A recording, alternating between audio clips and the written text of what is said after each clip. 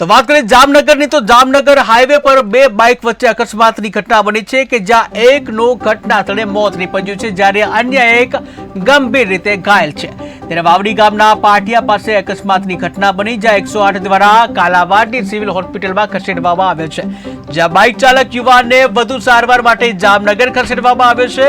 ત્યારે એક વૃદ્ધાનું અકસ્માતમાં ઘટના સ્થળે મોત નીપજ્યું છે કે જ્યાં જામનગરમાં અકસ્માતની ઘટના બની છે, જ્યાં રાજ્યમાં અવારનવાર આ પ્રકારના કિસ્સાઓ સામે આવતા હોય છે। અકસ્માતથી મૃત્યુ થવાના ઘણા કિસ્સા બનતા હોય છે, ત્યારે જામનગર હાઈવે પર બે બાઇક વચ્ચે અકસ્માત થવાની ઘટના બની છે।